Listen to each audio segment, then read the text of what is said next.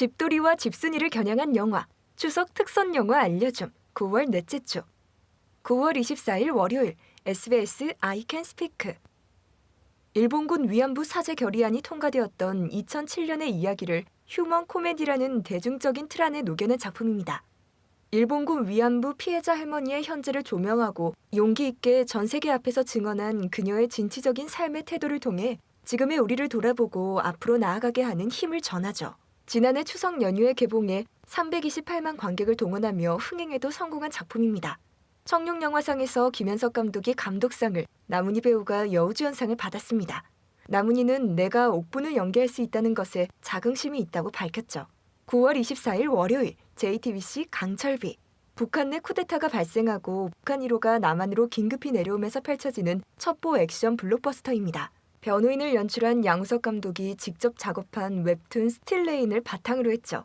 그는 10여 년에 걸친 꾸준한 자료조사와 축적된 정치적, 군사적 배경 지식으로 한국 영화 최초 핵전쟁을 다룬 강철비를 만들었는데요. 또한 한국국방안보포럼의 수석연구위원을 맡은 양욱 대표가 강철비 속 군사 관련된 파트에 대해 전반적인 시나리오 검증 및 한반도에서 발생할 군사 상황에 대한 실질적인 검증 의견을 내놓아 설득력을 높였습니다. 9월 25일 화요일 KBS ETV 트랜스포머 최후의 기사.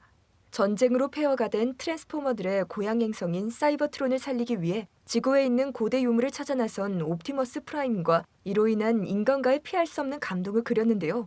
블록버스터계의 파괴지왕으로 불리는 마이클 베이 감독의 마지막 트랜스포머 시리즈 연출 작품입니다. 옵티머스 프라임의 변신과 범블비와의 충돌은 물론 트랜스포머가 과거부터 늘 우리와 함께 있었다는 명제 아래 중세시대부터 현재까지 아우르는 거대한 세계관을 확장했지만 골든 라즈베리 시상식 9개 후보에 오르며 망신을 받아야 했죠. 9월 25일 화요일 SBS 청년경찰. 믿을 것이라곤 전공서적과 젊은 분인 2명의 경찰대생이 눈앞에서 목격한 납치 사건을 직접 수사하게 되면서 벌어지는 이야기를 그렸습니다. 몸이 먼저 반응하는 경찰대생 기준과 이론을 바탕으로 행동하는 경찰대생 희열은 정반대의 매력을 가진 캐릭터들로 이들의 범상치 않은 첫 만남과 친구가 되기까지의 과정은 경쾌하고 코믹한 톤앤맨으로 그려지죠. 유머가 넘치는 대사나 행동을 보여준 박서준과 강하늘의 콤비 플레이가 인상적인데요. 565만 관객을 동원하며 지난해 여름 블록버스터 대전에서 살아남아 흥행에 성공했습니다. 9월 26일 수요일 SBS 신과 함께 죄와 벌. 동명의 웹툰을 스크린에 옮긴 영화 신과 함께는 인간은 죽음 후 저승에서 각기 다른 지옥을 경험한다는 한국적 사후 세계관을 기반으로 하죠. 망자가 된 자웅을 주축으로 그를 변호하는 3차사의 여정을 담아냈습니다. 재판을 통해서 모든 인간이 겪는 죽음과 삶, 그 경계에서 인간의 삶을 관통하는 희노애락을 다시금 떠올리게 하죠. 저승 3차사들은 49명의 망자를 환생시켜야 하지만 자신들의 환생을 보장받을 수 있기에 자웅의 재판에 모든 노력을 쏟아붓는데요. 지난해 연말 개봉한 1편은 1,441만, 지난해 여름 개봉한 2편은 1,226만 관객이 관람했습니다. 9월 26일 수요일 JTBC 택시 운전사. 1980년 5월 서울의 택시 운전사 만섭이 통금 시간 전까지 광주에 다녀오면 큰돈을 준다는 말에 독일 기자 피터를 태우고 아무것도 모른 채 광주로 가게 된 이야기를 담았습니다.